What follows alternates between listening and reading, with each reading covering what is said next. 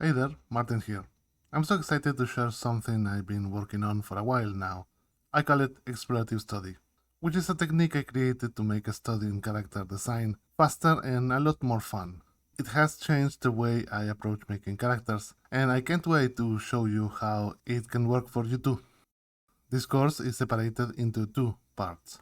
In the first part, I'll walk you through what Explorative Study is all about, how it works, why it's so effective, and then we'll move on to the actual technique, breaking down complex characters in a way that's simple and fun, so you can really understand what makes it work and learn a lot more.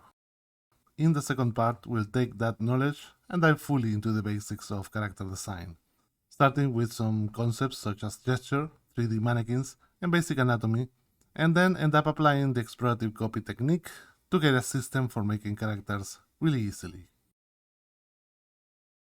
Ready to make learning art faster, easier, and way more fun? Okay, let's get started.